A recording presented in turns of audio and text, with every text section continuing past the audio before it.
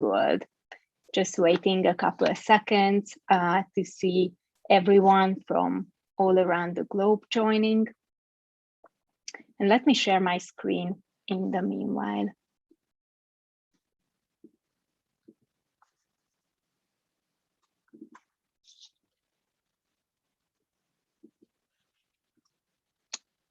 Welcome, everyone. So happy that you're joining our event on Future Trends 2021. This is actually the first part of a series that we will do on what drives the industries and showcasing you use cases and interesting stories, what we learned from and what we are really proud of on different areas, on how the future of work is going to look like, how we are doing work now differently, and how is it possible to co-create, to create positive impact now and also in the future. It's driving me every single day to see that both through technology and also through our facilitators in the Partner Hub, we can drive people towards a more creative society, even remotely, that where collaborative learning experience happens and where we can let everyone imagine that all the problems are possible to be solved for humans, but we need humans to be collaborative in order to solve these problems. So this is our ambition that drives us every single day towards. And this is how we imagine that finally, if everyone wakes up driven by the purpose, knowing what ideas they are passionate about to solve in the world and get connections and resources to solve it, then we will be able to drive the future towards a place that we really want to be part of. So that's our driving mission at Be-novative. And as I said, this is the first event of a Future Trends series on purpose and co-creation. The second one will be on people experience and challenge-based learning on the 15th of June. Next up, we will have how to build ecosystems and how to unite partners in a collaborative network to be able to partner up and create something amazing from across the globe. And the last event of this year is about the future of consultancy, how the future of facilitating workshops, engaging people from across the globe will look like now and also in the next coming years. So join us. And with all of that, let's go back and share a couple rules about how we will move forward. So I would like to ask everyone that you can just introduce yourself briefly in the chat. You see the chat button down at the bottom side bar of Zoom. Feel free to write where you are located right now, maybe your position, and if you are brave enough, feel free to share your LinkedIn URL as well. This is an amazing opportunity to get connected with like-minded people and maybe find out some new opportunities that help you co-create or collaborate connected to your purpose. So anything that you find relevant and you would like to share with the others, share it in the chat. So just a quick introduction round. Let's see who is there. Now we have people from all over the globe. It was so amazing for me to see from every continent, from every city that we have partners in. We have some people joining. Hello, Katalin. Nice to see you from Geneva, and also Tom from Toronto. Good to see you. Long time no see. So in the meanwhile, you are introducing yourselves. Let me share a couple session rules. So for the audience, you will not be able to show your camera or your voice, but feel free to use the chat anytime. And in the meanwhile that we are talking, think of what are the questions that you would like to ask from our speakers, because you will have the opportunity through the Q&A. You also see a double chat icon for the Q&A to ask questions. And this is more than just putting in questions. You also have the opportunity to vote up each other's questions, and with the thumbs up button, if you are interested in the answer, feel free to use it. And also you have the opportunity to use anonymous questioning. If you don't want to write your name, just choose the anonymous question mode. Because as I said, we are recording and broadcasting this event for the future. So without any further ado, I would like to just also tell you that Henrik is helping me from Be-novative Partner Hub to create a problem and opportunity roadmap based on what we are discussing today. And at the end of the session, we will show the outcome and we will be able to share it with you. And with that, the first up is I would like to wholeheartedly introduce Bruno, Chavez, and Otto Barnett to the screen, who are both senior consultants of Invitro from the field of purpose project, innovation, and sustainability. Hi, Bruno, Otto. Good to see you here, and thank you for joining. Hello, Priscilla. Thank you so much for the invitation. Thank you. It's a pleasure to be here. Thank you. And before we jump into the background of purpose projects, would you share a little bit about Invitro and what we need to know about you guys? So, well, when Invitro started around 20 years ago, the market of internal communication was not there yet. It was more or less just a matter of celebrating like Women's Day, Christmas in the company. And we, in the beginning, back in 1997, we were creating those events and creating material to be shared in those events. And after that, we started to create content for newsletters and for billboards, a few campaigns, but everything offline, because that was before Facebook, before Google, before all this revolution that we are in the middle right now. And so basically we start to create content for companies so they could share information with their employees and their members.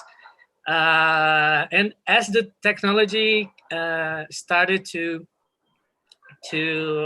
bring innovation to those companies, first we thought, hey, we are going to go out of business because those technologies, they're going to replace everything that we are doing now, because then people will be able to create content and they will be able to share content, and everything that we do will be obsolete.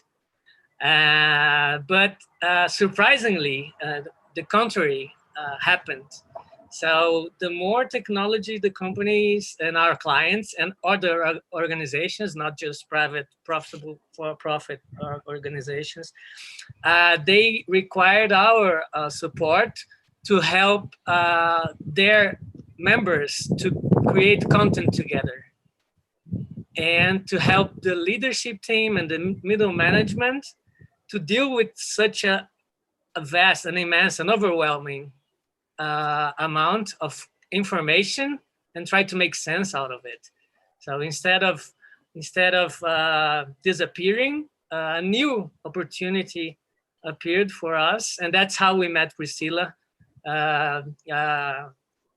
bonding Be-novative technology with our expertise to engage and to co-create content and meaning together with companies all over the globe.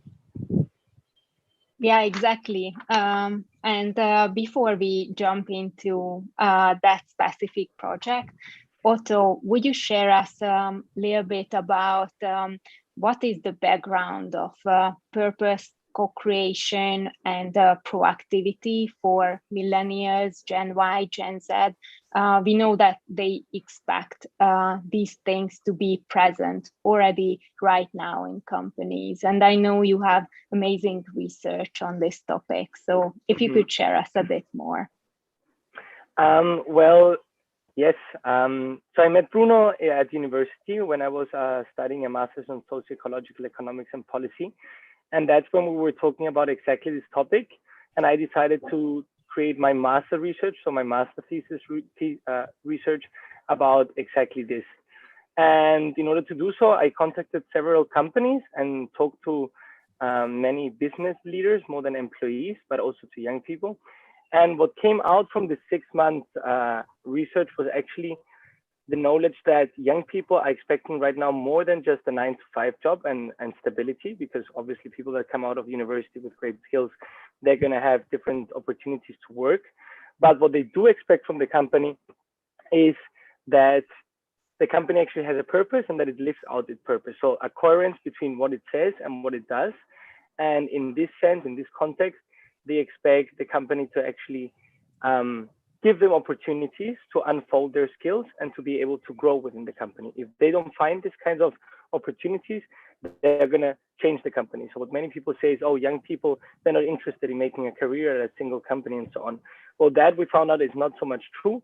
What is true is that if they don't find the opportunity to involve themselves and see and help the company strive to achieve sustainability, horizontality, and more equality, to say it in a way, then they're going to lose interest and they're going to fail to recognize a mission within the organization. Yeah, absolutely. And how do you think digitalization comes into this picture? So I'm going to take up from where Bruno left it. So as he was saying, digitalization has contributed a lot as a tool to access different information from the employees of a company.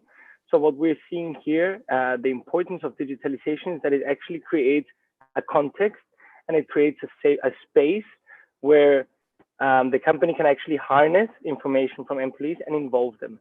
So before, this used to have to be done with newsletter or whatever kind of message. What digitalization offers is a super dynamic and super well-structured platform where to create initiatives, but also how to explain them, involve the employees, create processes that work flawlessly and can actually involve them in a very natural way. You say that through this practice, it's easier to communicate more transparently, more regularly, and to engage people even on the go. For sure, yeah. So what digitalization is offering is actually one of the conditions of new employees accessing the market, the job market, and that is basically feeling that the company is accountable, but also transparent. And the best way to assure transparency is through digital services, like having interfaces where the company explains what it does, how it does it, and what it expects from the employees to be able to reach those goals. So it's actually a great way to also foster informal networks because employees will be able to now contact many other stratospheres of the company and not just their peers sitting next to them. A good example of this was in our last project, as you know, in Purpose Now at Budapest, that we had the CEO have a talk with 20 employees, and that was amazing. And it was also possible through the Corona pandemic and having everyone working from home, that through a video conference, we were able to have 20 employees from one of the sites of this company actually ask all the questions that they wanted to the CEO. And that was an amazing experience, just to see how the top of a company and the lower levels can interact in a face-to-face manner and be totally clear about the topics that they felt were important for them. Mhm. Amazing. And do you think that this kind of information is going to be different in the future? So how we will communicate about purpose, how we communicate about the most empowering information that will reach all the employees. Will it change somehow? Hmm. So Bruno and me have been discussing for a time that the ideal scenario is actually the employees writing the purpose of the company. So because they are the ones actually in the front line working every day to deliver what the company expects from them. Normally it isn't that way because a company is very big, and normally a company that has a purpose is even bigger. So they have to plan it at some level on the top, but then the way to implement it on the lower levels, that is the question that we're talking about. And we see it that the condition to have a buy-in is actually involving the employees in rolling out the purpose. So although the company might design the purpose at the top, it is very important to involve every part of the company in asking them, okay, how do you find the purpose? What do you think about the purpose? And what do you think we can do? Can we achieve the sustainability goals that it says? Can we achieve equality? Can we achieve all these things that the purpose says? And can we actually take it from the wall and put it into practice? And we've noticed that as soon as employees get the possibility to do something with the purpose in a practical way, there the magic starts happening and they start innovating and contributing a lot to the company in ways that one can not even imagine. Yeah, absolutely. And it kind of inspires me to ask, what if a company just starts to roll on this journey of creating purposeful projects, nurturing people, empowering them to think in terms of the purpose of the company? What do you think should happen in the beginning of the journey? Mm-hmm. Here I'm going to let Bruno talk, but my comment on this is basically before talking, listening to the employees. So as consultants, we normally have the tradition of coming into the company and coming out with a silver bullet that is going to solve everything. But we're trying to take a little bit of a different approach. So also from Invitro's and Bruno's experience through these 20 years, we're able to develop a bit of a more horizontal approach to project development. So the first thing that we do is actually go to the company, watch it very closely and talk to everyone there through focus groups and just touch upon the topics that we feel are important for them, and then trying to harness them around the topic, the bigger issue that is the purpose in this case, which is in each company different. But Bruno, please. Mm-hmm. Well, I just would like to add that the company should be ready to be criticized, to get not so very good feedback, to know how to welcome different opinions, and to open. What we do a lot is to create safe spaces where everybody is welcome and everybody can express themselves, and we won't have any kind of consequences for being honest or for not following the regular hierarchy of the company. So from our side, it's difficult. A company reaching to a point that opinion and consequences, they are flowing, and people can give contributions without worrying to being doing the wrong thing and not being a good employee or a good member. Mm-hmm. And how did it actually happen in Givaudan's case? So you were the ones who were planning Purpose Now. How was it actually practically possible to start the journey? So it was, it was very special for us because we planned everything to do like unusual workshop thing in Budapest. And suddenly the COVID crisis broke through and we had to redesign everything and go online. So the good thing about it is that in the beginning, we still bearing a little bit of the old mindset of the consultant, like trying to solve everything and show the steps and show the direction, because we would be there. We could have meetings, we would have a whiteboard and do exercises. But since the crisis and all the restrictions started and we went online, we realized that we wouldn't be able to get control of everything and to guide people. And the most interesting happened. We had to create a task force of people interested in helping to make it happen with us. Then we developed the role of the navigator, which is pivotal for the whole project. And we divided them into enablers that will be working with the innovation teams, and the organizers that will be in the background, making sure that everything would run smoothly. Mm-hmm. Yeah, sure. Everything was planned. And then you said the pandemic hit. So there was a redesign and you turned to virtual processes. Was it hard to keep people engaged through the process? What changed, and what was the steps now in a virtual environment that you found it best to move forward with when it comes to purpose and co-creation? So to begin with, they were all volunteers. So they were engaged because their beliefs, their values were already connected to the company values and to the purpose in general.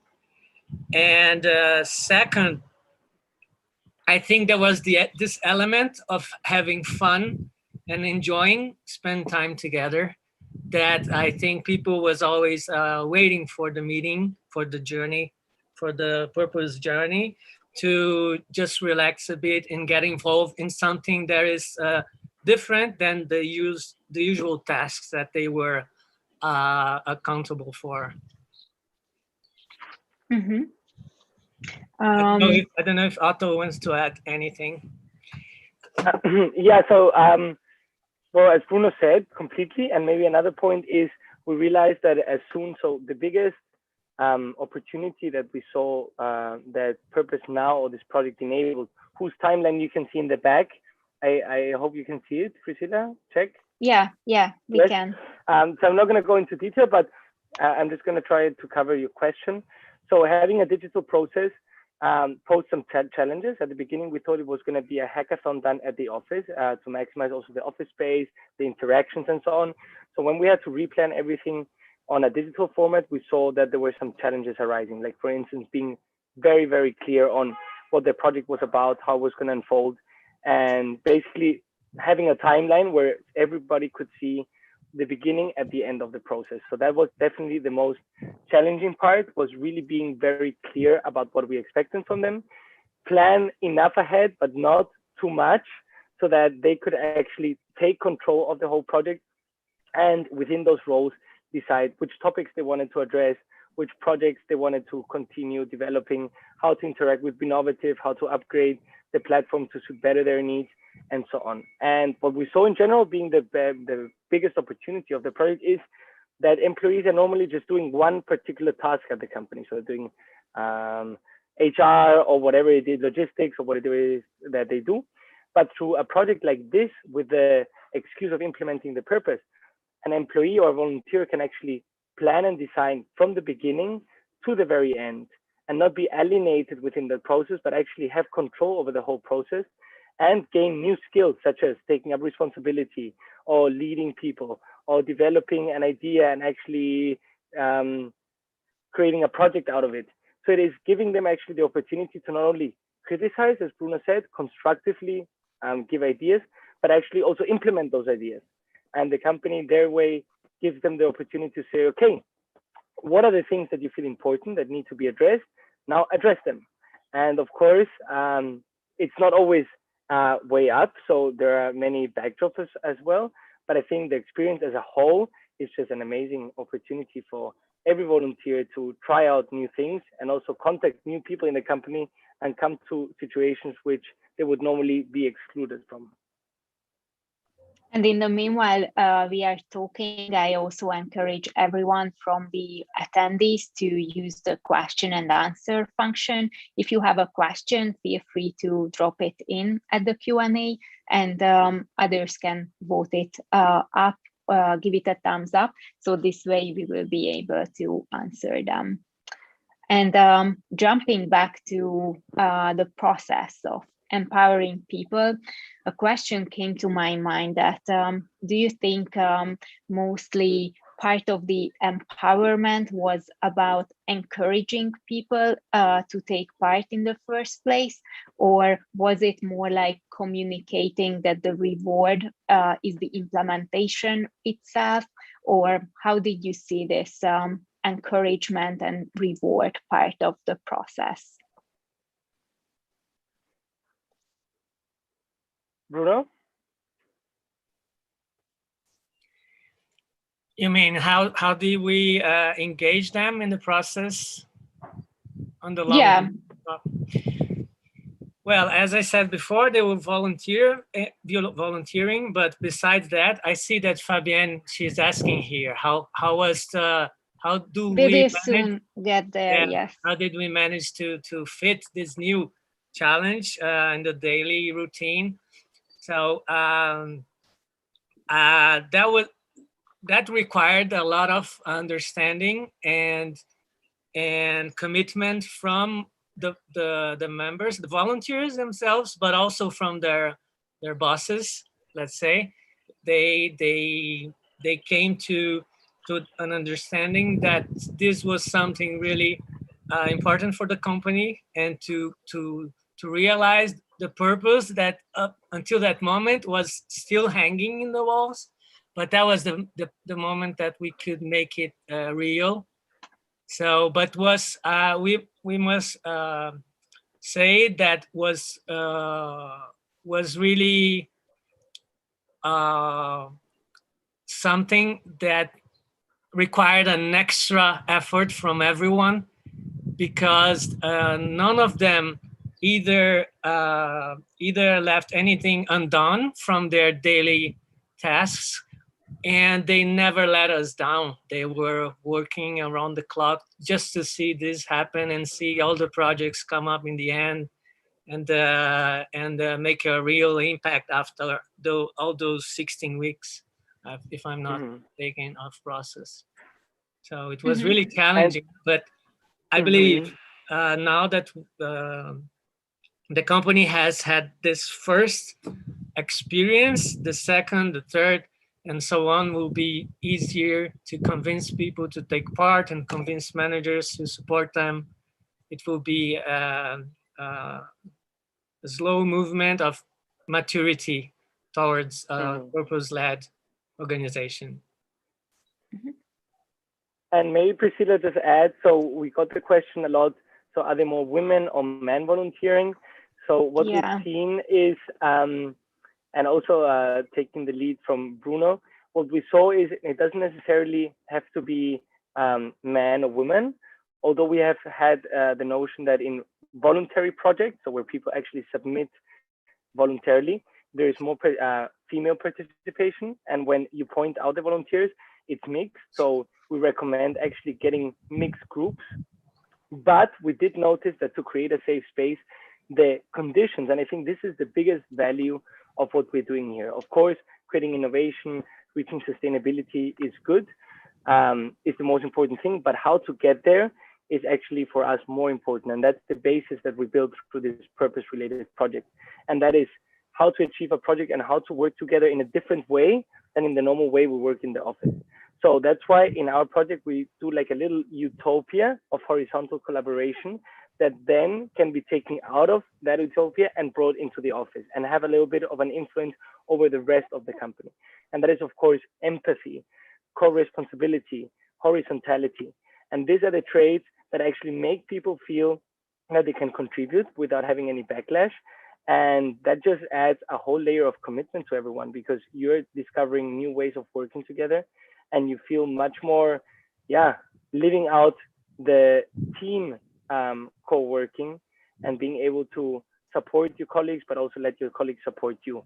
And I think that is the nicest part of the whole journey, definitely. Thank you so much for showing the timeline. For the next question, I think we won't need it, and that's about what you think were the most important success factors or learnings in these specific purpose projects. So I'm going to maybe shoot out, and Bruno, I will give you the words just afterwards. I think the most important learning for me personally was to see that employees are very committed to this kind of project. So at the beginning, we had the questions from leadership. Oh, if we give employees resources and time, they're going to just want to implement a project like, let's have a jacuzzi in the office or something like this. So that was definitely a big fear of us, that through that freedom, some more irrelevant projects would come out. But what we saw, to our enormous surprise, is that the employees had really very groundbreaking projects, very socially aware projects and ecologically aware.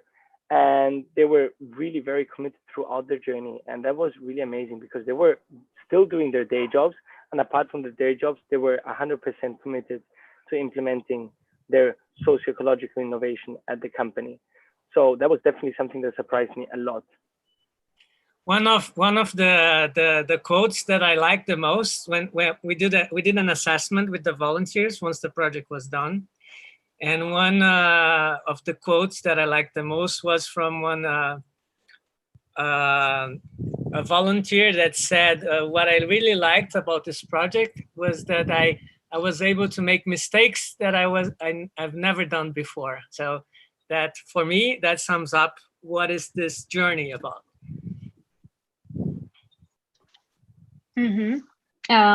We saw many steps on the process. Is there anything that you would change? So we did notice, so what happened to us was a little bit out of the plan. So we first had as focus groups with all the volunteers well, before being volunteers, they were just people volunteering to be part of the focus groups. And what we noticed was that the distance between the first focus group and the beginning of the project was a little bit too long. Because of the whole Corona pandemic, we had to restructure and really change the project and get new volunteers in. So probably if we have to give a tip, it is to make the whole process from the first contact with the volunteer to the beginning of the project as, well, I won't say, what was the word, Bruno? Fast, concise, decrease the distance between both points, I would say, because you really gather a lot of energy and a lot of insights. And what you want is to actually gather those insights and give a solution. So say, okay, now we have this, now we're going to do something about it, and this is how we're going to do it. And you're going to be the ones doing it. So definitely having all those steps really one after the next, let's say on a weekly basis, make sure that those first volunteers actually stay and can contribute with what they said at the beginning, and that you don't lose the momentum, I was going to say, for afterwards. Questions are just coming in, but we have kind of the last couple of minutes, so we will have to pick the next like 2 or 3 maximum. Istvan is asking from Hungary, how do you handle situations when there are maybe not enough volunteers? Then how do you raise interest and engagement? Or there are too many volunteers and you don't want to hurt anybody, excluding them? Or third, if people are really competent in a topic, but they don't volunteer, although you would have expected them to. Well, about the number of volunteers, it always happens that we have registration up to a certain time and we extend it a little bit, so we can fulfill all the places that we designed. But too many volunteers was never a problem, because we create smaller teams and they can work together, and there is always work, especially if you are sharing your time with the voluntary work. There is always space for more people. and about people that would be very useful for the projects, but they wouldn't engage as volunteers. We had two kinds. One is that once they see that the projects are really striving and people are really motivated and engaged, they would either likely to be part of the project, or they would be glad to contribute as experts. There is a round in our process that is consulting experts from inside the company to design the project. So they could either be volunteering, but if they don't, they will definitely work as experts that are giving consultancy on the projects. Thank you so much. Let's see also Elton's question about how is it possible to incentivize and recognize people? Is there something like a Toyota production system, recognition system in place, or did you use something else? So for our projects related to purpose, since the very beginning, we decided not having any kind of compensation or recognition, because we believe that people should be involved for the cause itself, for what they believe, and for their desire of seeing the purpose becoming something real and be dealing with the purpose in a real life situation. So that's why we never use any kind of recognitions or prizes or on the contrary, people, the more they participate, the more horizontal they feel, the more equal they feel, and less special. Yeah, so at the beginning at the hackathon, it was very important for us not to have winners and losers, not to have a competitive aspect. And maybe this is the point that we could reiterate again, which was basically the success factor of everything, was that it was not a competition, but rather a collaboration. So let's say the reward is getting time off the day jobs to be able to work at the purpose-related project.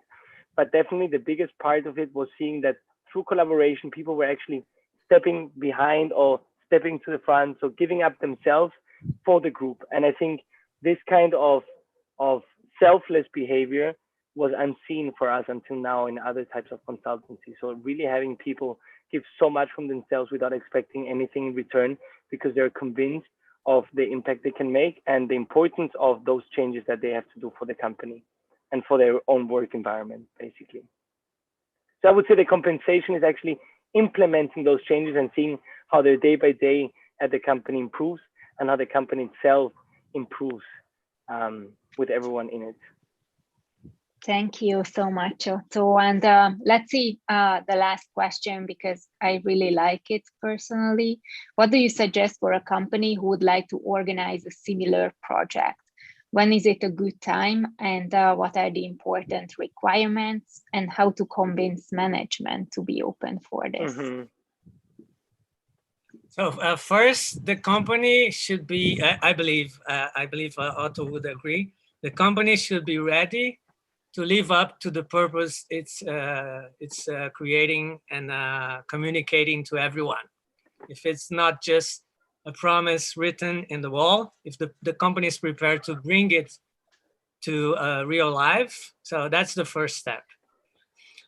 And second, we would prefer if the idea would come from the top management, because then it would make things easier for us. And so we can have commitment all through the ranks until the people that will be actually participating as volunteers. But if not, then we suggest to do smaller projects, because once you see the projects getting results, and probably you're gonna see after us, as Saulo and Pablo presents purpose-related projects, as you see the projects giving real results, then if you have a small project giving result and people being excited about participating in it, then it's creating critical mass to contaminate in a good way the other members of the organizations and the middle management, and have a very interesting movement which would be from bottom up. Mm-hmm. Yes. Exactly. So it's sorry, Priscilla. It's a snowballing effect. So at the beginning, you start very, very small, and then it gets momentum and it gets bigger.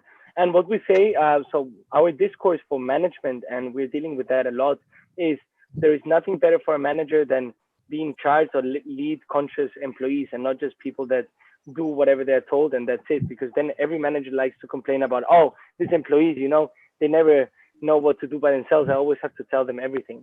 So it's actually just unlocking the part of having employees actually give feedback to the managers and allowing the managers to be concentrating their activity on more meaningful things than just rather give briefings in the morning and tell everyone what to do, but rather something, like we said at the beginning, of creating meaning and context and aligning the company's purpose to the everyday tasks which have to be done. So at the end is a general movement that is profiting everyone, but management is definitely a key layer in this whole process. Thank you so much, Bruno and Otto. And with that perfect symbol of the snowball effect, we will just show how the Purpose Now project was actually a mock-up and a great example that actually went global. So I would like to invite Saulo Pizzo to the screen, and we would like to chat about how you turned up to be the head of social innovation and community engagement in Givaudan, and how do you see these purpose projects?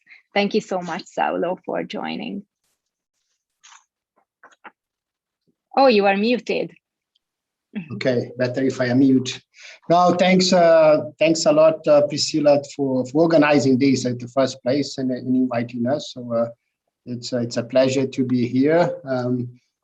And listening or reminding a bit the stories of Purpose Now that Bruno and Otto has helped us driving in Budapest, which was a small seed for making that, even expanding that across different parts of Givaudan organization. Yeah, so could you share a little bit about your background? How did you end up to be the leader of Purpose Live? Well, my background, I worked for Givaudan for many years. I'm not going to say how many, because then you start calculating how old I am. But I was always in different positions, driving. Always been passionate of driving change and transformation within the company. And then the Purpose Live, which I can share a little bit more about, that was a catalyst to then create a new role in the organization, which is the one that I'm taking, that I just took now, that the company has agreed to, which is really driving purposeful business growth through engaging the employees through a social innovation. So it's really how we turn our business as a force for good by addressing societal, environmental challenges, and then through that create business solutions that can at the same time impact positively the business, but impact positively society and environment, and impact and connect our employees. So it's leveraging the diversity, the skills and the force of our 16,000 employees in over 60 countries, how we make that as a force to drive innovation and create impact. Yeah, sure. So this was always on your mind, even when you were the head of global delivery, right? I could just check that this was the exact title of your position. So if I'm correct, within regularly managing projects and the processes within Givaudan, you came up with the idea that it's not enough just to optimize the processes. We need to think of higher purpose, more impact, and engage more people to see a bigger picture. Was it something like this in the beginning? It was, because at the same time, I'm always trying to find how I can fulfill my own purpose and connect my own purpose with the company. Givaudan has been really strong and vocal on articulating its own purpose and shifting the way that we do business. And then and the teams that I led until early this year in Budapest, but also in Malaysia and Argentina, it drives a bit what Otto was mentioning in terms of the younger generation of connecting their own values and purpose to what they do, and then having a meaning to their work, right? The average age of the teams, it was about 1,000 people, was about 28, 29. And that's what's very clear is that, either there is a meaning to what we do and why we do, otherwise, or we just go look somewhere else, right? And I think that's I believe in that a lot, because you need to do what you want to do and connect that to your values, and not just go to work as a different person. But that for me was more than that, was how that is driven to an opportunity for the business to grow, an opportunity for people to grow themselves, to get more engaged, motivated, and then leverage the diversity of people, right? Just connecting people, and then creating the space for different ideas to come up, different solutions to come up. There's an amazing power that comes out of that, right? It's counterintuitive on the way usually managers manage. Now I think it's a shift that I think breaks some paradigms, but at least in Givaudan we are very open more and more to do that, and I believe a lot of companies are going the same way. And I think if they don't I don't think they will survive too long. That's a good point. And when you opened up Purpose Now into a global level, at that point, did you realize any trends or characteristics or connected projects within Givaudan that you thought, yes, this is the right moment now to open up the project on a global level? So besides the attendees' motivation, besides seeing that the age level and everyone working in the company is motivated about a higher goal, was there anything else in Givaudan that you could connect to it? Well, the bigger driver, Priscilla, was a burning platform of COVID, right? Basically, COVID came and we saw the impact that it was creating across the globe, especially in vulnerable communities.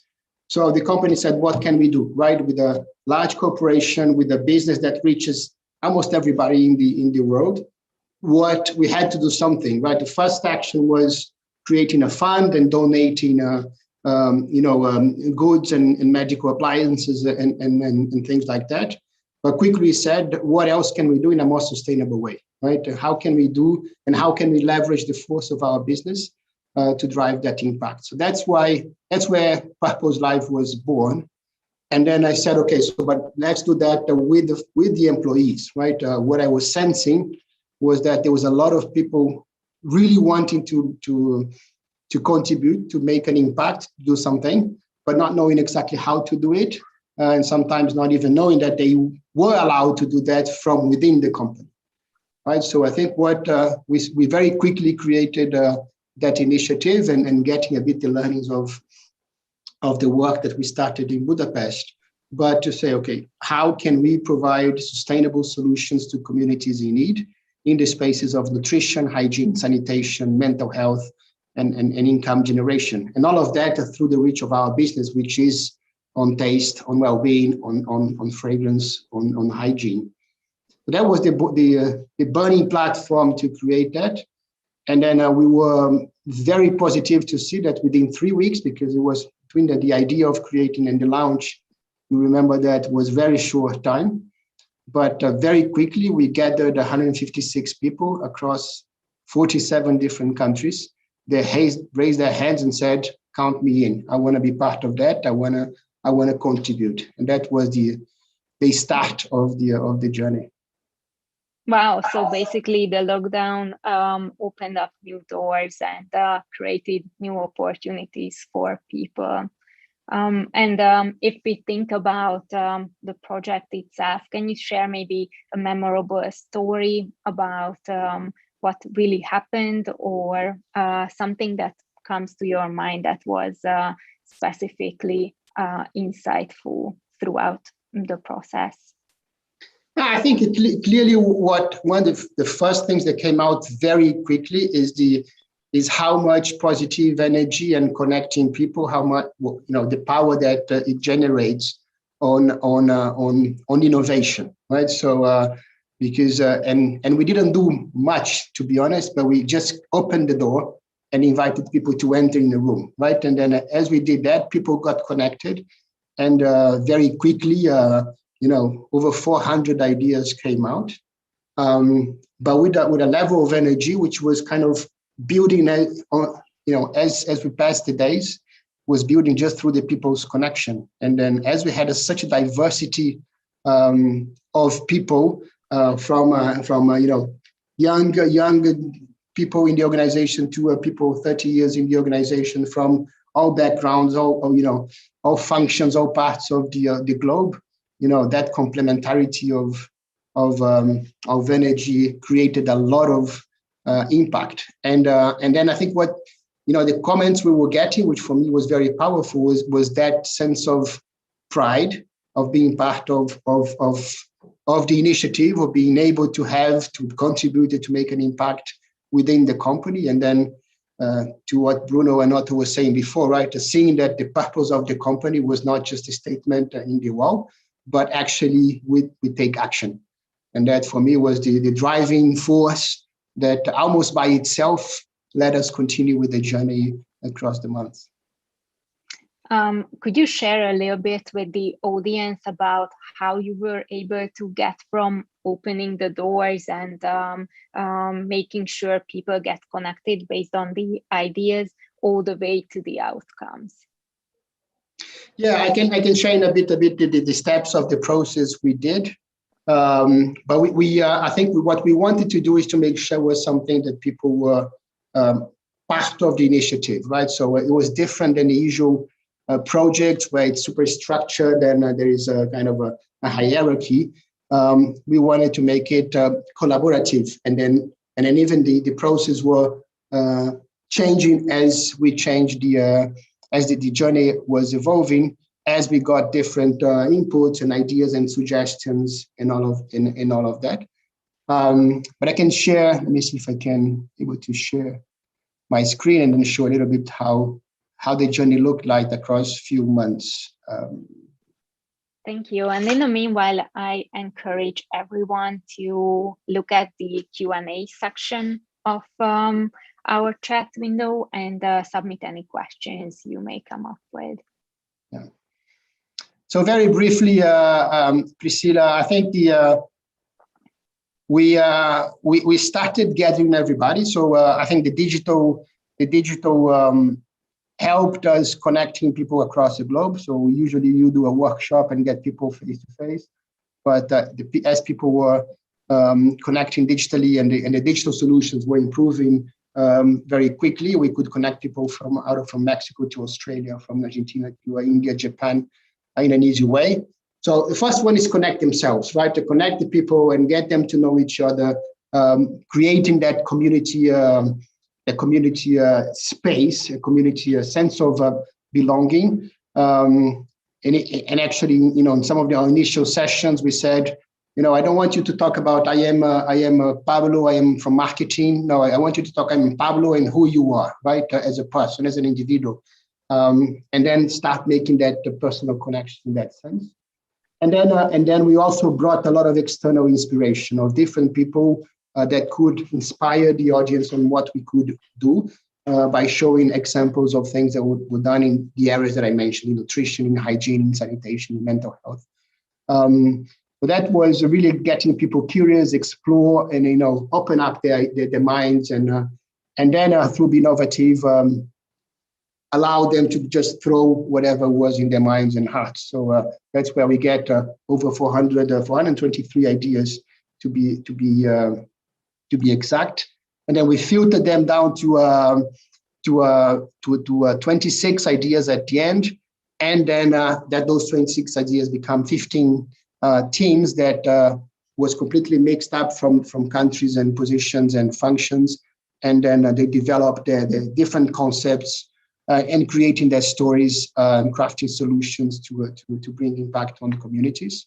and then they would go through a pitching process, right? So they will pitch to everybody. So the employees themselves or the participants themselves were the first pitching panel to vote and decide which were the teams which would go to the next level. And then from 15-8 went to the second level, where we get a management panel to review some of those ideas. And from those, we actually got to down to 3 initiatives or idea concepts that were presented to the executive committee of the company. So those, had a chance to present directly to the board, where we got not only a lot of good feedback, but we got commitment and fund to pilot some of those ideas. And today we have, out of those 15, we have 6 which are actually in pilot phase being implemented. And one of that is even we have presented to two customers. So we're becoming really a direct business that can have an impact on communities. So one large customer is in Brazil and one large customer in Europe. So tangible business solutions that has an impact in society was the outcome. To uncover the success factors, one complex question came to my mind. The first part is you mentioned people from all the different countries, 46 you mentioned. And how did you see people collaborating? There were also a lot of ideas. Did you see they could build on top of each other's ideas? Could they come up with the projects together? Were there a nice creative element in the project? And what finally contributed to the outcome? So do you think it was more like the most important thing to empower people to collaborate, and the teams built up these best projects that finally got implemented, and congrats so much that they are in front of clients? I think that's the best sign. Or were there other success factors that led to these good quality projects and ideas to surface? Yeah, I can name a few. I think one, as I mentioned, we eliminated the whole traditional hierarchy of projects, of how we do, right? So people did not have titles on top of their names. They were just all participants, regardless of the level of seniority or the hierarchical position of that. So that we killed that very quickly. So everybody were participant, and then that helped. I think we connected people from large diversities, people that would never connect normally by the usual business channels. So that helped a very diverse inputs of ideas. But we also brought a lot of stimulus. So I mentioned external inspiration from different people, but we also brought the unusual ways to unlock your creativity and innovation. So we did a large session of improv theater online. So you can imagine how that people getting a lot of. We did dancing. We did meditation and breathing. So we actually brought people to a safe space, but also using different techniques than usual corporations use to unlock creativity and innovation. And I think it's amazing. I was even a bit reluctant at the beginning, but then it's amazing how you see of things, of techniques like improv theater or even dancing, in front of the camera, break some barriers and paradigms, but that could just unlock creativity and innovation in a community. Mm-hmm.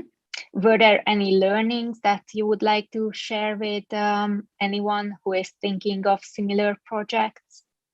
Something that I think some of what Bruno and Otto was sharing as well. I think the one is really creating the sense of community and common vision. I think it's critical, and empowering the teams and the employees so they can really feel that they have a role to play and they can participate. So eliminating a bit the hierarchical drive and let the innovation comes from the diversity of people, giving them the safe space to to be creative, and then any idea was a good idea. Space to fail, and then it doesn't work, and then we learn from it, and that's okay, right? So I think that Bruno mentioned that quote, right? I could make a mistake, and then usually in corporations you are a bit restricted in that sense. I think it's creating the space for people to be themselves, and then to bring opportunities, and then giving them the direction and support, right? We brought people that would also help them structure better their ideas. They would challenge them to have a better case. We brought a guy that would have a big session on how to pitch and how to tell your story, right? So how can you in 3 minutes be impactful and sell your story? So we brought that element of learning as well, which for people who were just not only motivated to be part of, but they learned a lot. So skills that they use on the day-to-day, on their usual work, that we brought as well. Mm-hmm. Amazing. I would like to see some questions from the audience. And the first one that comes up is from Esther. We were speaking about keeping momentum and energy. Were there any times you needed to keep it high? Can you share some concrete stories? How did you act? Yeah, I think keeping the energy, I think was always a challenge for us. And then we done the initiative. We ran that across July and August, which is summer period in Europe and the US. So there was a drop in participation in that sense. I think a few things we've done is keep on bringing stimulus and inspiration from outside, so people would see examples and listen to stories that they would probably not have part of. What we sense there were always a group of people which are kind of the catalyzers or natural catalyzers of that. So you always encourage them or invite them to then bring the rest of the teams on board. I think that was another one. And then, of course, the bit of the stress of having to we put them into pitching process, so they had to deliver, they had to be, so that creates also a kind of a positive stress, let's say, to connect the teams and have an impact in that sense. Another point is that what we saw is that the shorter we make it, the most impactful, right? I think our initiative took a lot of time and had somewhere in between, but clearly for the future, make it short, right? I think the short and have people under that constraint of time, innovation comes much stronger in that sense. Mm-hmm. And the last one is, this is a fantastic journey inside your company. How do you leverage this consciously in the outside world as part of your employer branding, customers, and community? Yeah, I think what we want to explore now, and that's part of my role, is how we we cannot make an impact by ourselves, right? I think clearly how we and I think Pablo is going to talk a little bit about that, on how we then engage and partner with different with customers, with suppliers, with different organizations to make an impact together. So I think one of the areas to explore externally is how we join forces and do innovation co-creation to have social impact directly with our customers. So we're already exploring some, and Pablo is going to tell 2 nice stories that we've done in Argentina. I think that's one way of really taking our purpose to life and finding ways to explore outside. Employee branding, for me, again, I think more and more people look for meaning on what they do, right? And I think the more we can show that this is true, naturally it comes out. And I saw a lot of cases of employees wanting to join Givaudan because they've heard about what could be done in that. So I think naturally it comes. So I'm always more a favor of doing rather than just doing PR, but actually making an impact, and then naturally we generate impact. We just have questions. Really, time for the last 1.5. So maybe the last one is just a yes or no type of question. But before that, did you manage to synthesize different ideas instead of looking at them as competing ideas to choose from? Did you synthesize the ideas? Yeah, we did. And at the end today, some of the pilots that I mentioned, 2 of them are actually the build of 2 of those 15 ideas that kind of merge and complement themselves, and build something much stronger. So that's what they are. But we still have, a list of ideas that can be also an inspiration for the future. But the more we build one idea on another, that creates something which is certainly makes a big impact. Yeah, if someone is interested, this is also kind of the strength of Be-novative, to be able to synthesize the ideas. So maybe we can connect after the session and I can also show. So the last question, do you plan to organize Purpose 2.0? What will be the difference then? Well, yes, 2.0, 3.0, 4.0, whatever you want to name it. So now it's how we move from 156 people that we've had in Purpose Live to a space that 16,000 people can jump in if they want to. So that's the ambition, how we leverage the force of that community and then go, as I said, bring partnerships with customers, with suppliers, with different organizations that have the same purpose and the same goal to create an impact in society and in the environment. And you're also building an incubator for them, right? Exactly. To support them in that stage. Exactly. So it's a lot of exploratory that we need to do. We're not sure how we're going to do it, but clearly I think the opportunity is there to leverage with the force of our communities and the partnerships we can make and create an impact which is at the same time positive for the business, positive for the world, and positive for the people. Amazing stories. Thank you so much, Saulo. And with that, we are looking forward to introduce Pablo as well, Pablo Mendivalsua, to the screen to talk about, as a head of marketing, how have you introduced the same methods from Purpose Now and Purpose Live to co-creation with clients? So now we are facing more this outside world of co-creating. Pablo, could you share a little bit about what was the most inspiring for you in Purpose Live and how did you come up with the idea of co-creation? Well, thank you, Priscilla. Thank you for inviting me. It's a pleasure to be here.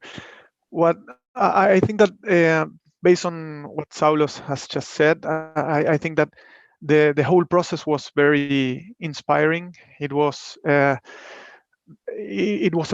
pleasure to participate and get inspired by all the webinars and again watching the whole process, how it really develop new ideas and projects. So I think that what we did was basically to take the process that was run in the Purpose Live and to reply that a little bit in two months time, offering that whole service to clients. We really the whole diversity that these type of programs can bring, the way on which ideas from all everywhere within the organization can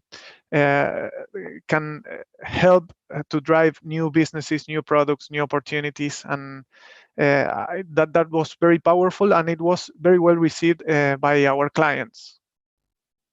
Mm-hmm. And before we jump into how exactly that co-creation with clients have been, would you share a bit of background about what you see that the industry is doing as like a typical marketing manager?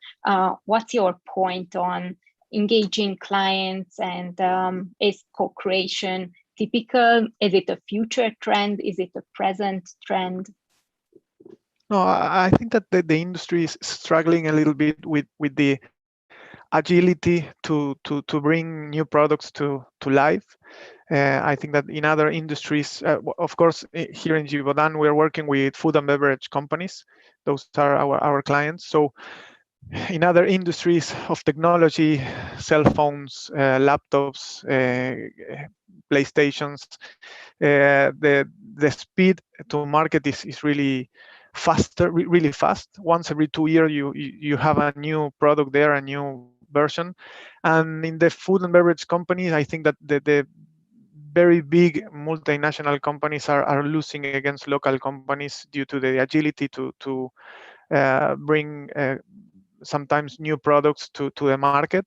So that is a huge opportunity for all the suppliers of these types of companies to work together to uh, partner with their clients and try to help them to develop faster and better prototypes and in the end new product launches. So there is a huge opportunity and a huge need from this kind of companies to accelerate a little bit the pace of innovation. So do you see that even clients who you would like to involve see the benefits of joining such a co-creation project?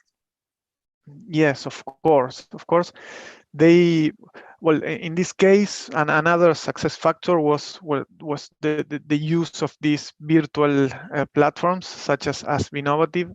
I think it brings an opportunity to engage larger groups of people and also to develop this kind of processes in a more spaced in time. Usually this kind of ideation workshops took place in one big room with the walls full with post-its and only in one day. I think that with something very interesting of this kind of virtual processes is that you can work with more time, let's say a process of 2 weeks, 3 weeks, 2 months, or something like that, on which everyone can place their ideas or input their ideas whenever they want. So there is a little bit of this feeling of urgency. You need to come up with an idea or a bunch of ideas for a certain due date, but you have a little bit more time to think it, or maybe you can come up with an idea playing with your son, and then you can go and input it into the system. So it's I think that those are some aspects that are very powerful of this kind of platforms. And as you shared, that now we could open up the opportunity for more people to join and also maybe for more time. There comes a structure and some steps. So would you share what were the steps in these cases? What was similar in them? Yes, I will share let me share the screen. I don't know if you can see it. It's a very yes, we do. rudimentary schedule here. We run these kind of exercises at the end of the year with 2 very big clients in Argentina, one very big dairy company and another very big multinational regional and multi-category food and beverage company. And they both were projects that took roughly 2 months from beginning to end. We started, I think that the steps were very the same as Saulo mentioned earlier. We have one stage here in yellow, which is engaging the participants. In average, in both cases, we obtain 150 participants from each client to participate of this process. Then, and I think that it is one of the most important stages, we provided all the participants a series of webinars with insights and with different content for them to use it as food for thought to think new ideas. This is key to the success of this kind of exercise. I believe that if you are able to obtain content and to provide the participants some content which is strategical and which is really inspiring, the quality of the ideas that you will get at the end is, of course, way better. And then we ended with the some phase of voting the ideas to obtain the 40 better concepts, and then we end up again with a very with a small number of concepts, let's say 10 with each client, and we started helping the clients to present those ideas of these new product launches. And in one of the cases, it was presented to the executive committee of that company, and in the other process, it just ended up being helping us to deliver like an innovation roadmap for us to work together with them along all through this current year. So the result was very, very powerful in both cases. Can you share maybe something memorable that happened throughout the projects that especially either felt good for you or something that you think you will remember? Well, one of the I just wanted to share this graph because it is very important that the whole time that we it was key for us to sell the project internally within each client. So we were speaking with our R&D or marketing counterpart, and they needed to sell it too inside their company. So that's why I use this chart, because the amount of hours that it took for each participant was very close to asking 1 day, 7 hours for each participant, which is something similar to what happens in presential ideation workshops. So, and that is what it was very important for them to be able to show this, that the amount of time that they were asking was not that much. So that is something very important. That there were some presentations on which Givaudan was presenting to all the managers of the company, of one of the companies, asking for them to encourage their teams to participate. And I think that this was key to show that the amount of time required for each participant was not that much. And well, of course, one of the most memorable things that happened is that within the inputs we also included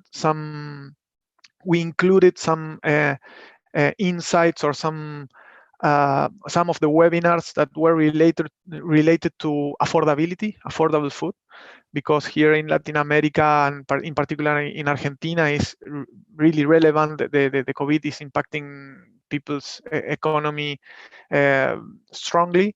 So a huge number of new products and new ideas came up that were inspired by the intention of the different companies of providing highly nutritional and affordable products. So it was very very inspiring, and it was great from our side to see that within our clients' a new pipeline, that there will exist some products that are in some way intending to improve the nutritional diet of consumers, and in particular of low-income consumers. So that I think it was great to see. Yeah, absolutely. It also has a connection to the purpose and the impact. Yes, of course.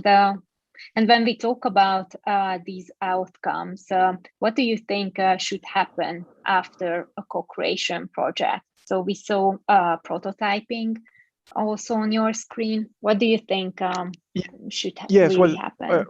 we from Givaudan we work providing a full service from trends, ideas, these kind of services of providing the facilitation of this type of exercises, and most important, the in the prototyping phase, we work whenever we can, co-creating with our clients the actual formula, and I think that's something very important and very key to the success of any innovation. Is I think it's there is a saying that one image is worth more than 1,000 words, and I think that one prototype is worth more than 1,000 images. You know, to have a prototype, to be able to taste it, to see it, it's very useful to well to try to just to work from there and speed up a little some processes within the organization, or also to speed up the timing from the idea to the actual market launch. So your goal is actually reaching market launch with these prototypes. Yes, of course. The idea is in all the cases to join our customers' journey from the idea to the market launch. Of course, from our side, our final goal is to participate in the projects with our clients and on which they are successful in the market. That is our way to grow our business, to grow our business. So in any case, the intention is to work together with them, to partner them to obtain successful innovation. Yes, perfect. I can imagine that it also inspired many people from within Givaudan, maybe from marketing, from other regions. You inspired many of your colleagues. What happened and how do you think you did it? No, well, I think that we shared the experiences that we had with these particular clients, and there were some other similar exercise run in some other parts of the world. I think that from a very personal perspective, I think that the enthusiasm that I feel for this type of processes, I think that it can be perceived.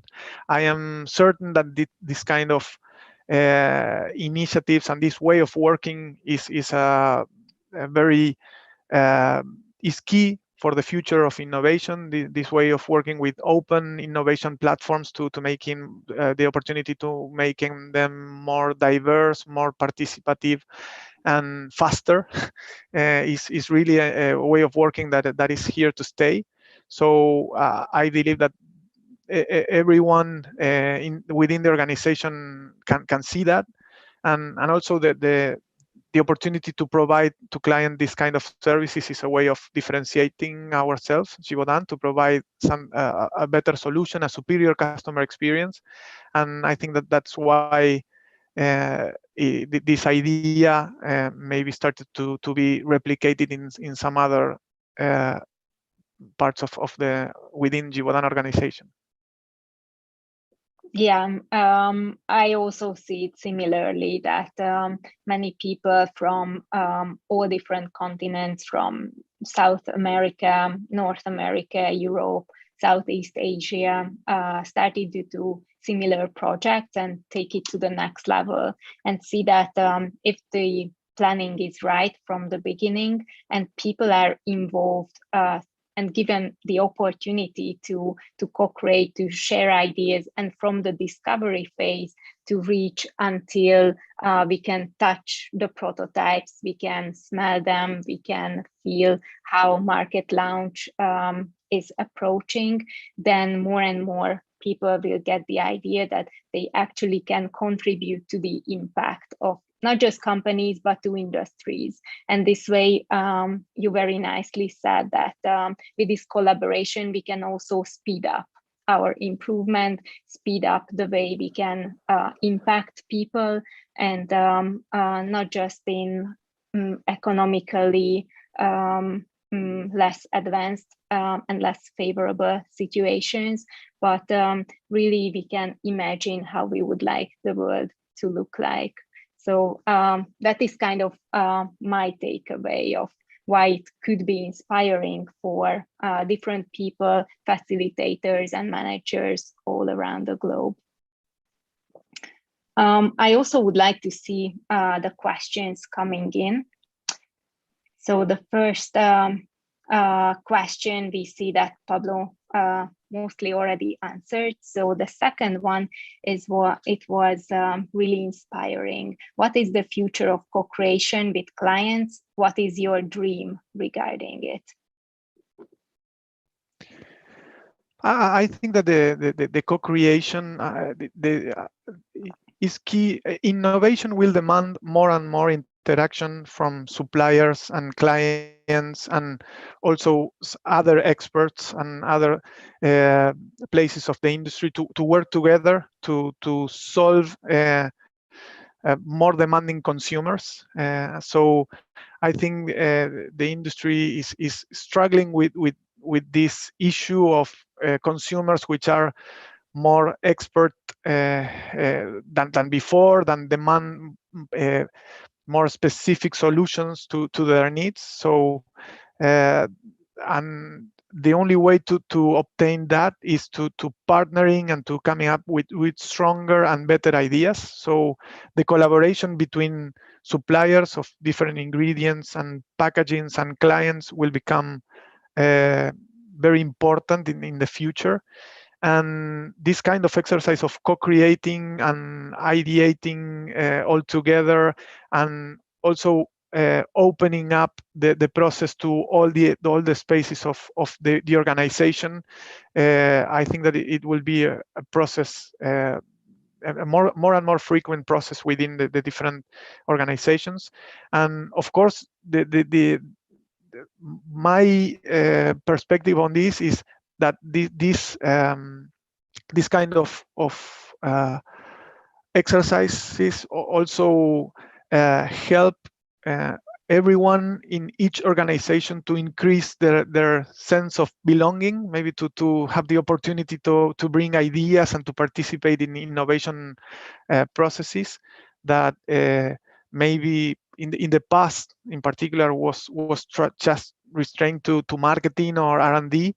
So I think that in the future, this kind of opportunities for everyone to participate and everyone to bring the ideas will be relevant for all the employees in the organization, and also in the end for consumers to obtain better and faster solutions.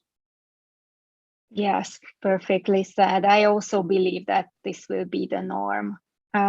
Thank you so much, Pablo, for sharing your processes and your story with us. And because we are approaching the end of the event, I would like Henrik to show us the problem and opportunity map that we were sharing a couple of thoughts and outcomes on the purpose and co-creation takeaways. This is what we will be able to send you after this session. So this is just a quick summary on different levels of what we were talking about. And as a last word, I'm asking everyone to come back to the screen and share with you how is it best to connect afterwards. Maybe let's start with you, Pablo. We were just chatting. What is the best way to connect with you? Sorry, Priscilla, to connect with me in for this after for the this event. community? If somebody, yeah, if somebody is interested, No, and I have sent my LinkedIn. If you want, I will also include my email if you have any doubt. I will put it in the chat, so feel free to contact me if you have any doubt. Okay. Thank you so much, Pablo. Saulo, what is the best way to reach you after this event if someone got really inspired? I'm just putting, Priscilla, my LinkedIn here, so I think it's probably the easiest way for people to connect. Anytime, I'm happy to connect. Super, thank you so much. Otto, could you share some channels with us? I'm writing now in the chat my LinkedIn and my email address, but I think LinkedIn or email are both perfect. Super. And Bruno?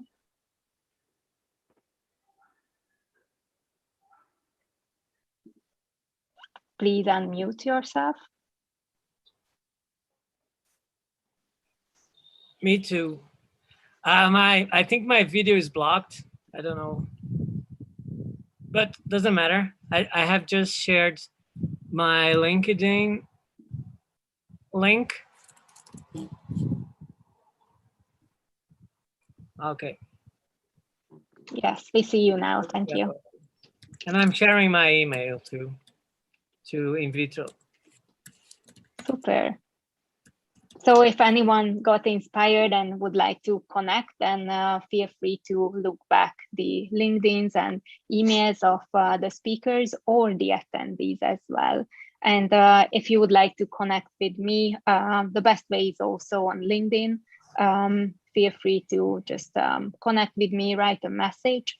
Or if you would like to participate in our partner hub, we have a partner hub with bi-weekly events for facilitators and experts who would like to talk about their case studies in an inspiring learning community. Then join us. You can also just leave a connection request on our website at be-novative.com, and we are looking forward to get in touch with you. If you would like to try out Be-novative, then also just feel free to click on the try button, and we have just opened up our use cases. So now you can see 12 different use cases on how Be-novative can help you connect with the purpose and co-create with everyone in your community. If you do that, we can also reach out and just give you some expert insights. So thank you so much, everyone, and hope to see you next time in the next Future Trends event. Thank you so much for you guys joining. Bruno, thank you, Priscilla. Otto, Saulo, Pablo. It was really nice chatting with you, and thanks for all the learnings and success stories. Thank you, Priscilla. Thank you everyone for joining. Bye-bye. Bye. Thank you. Bye-bye.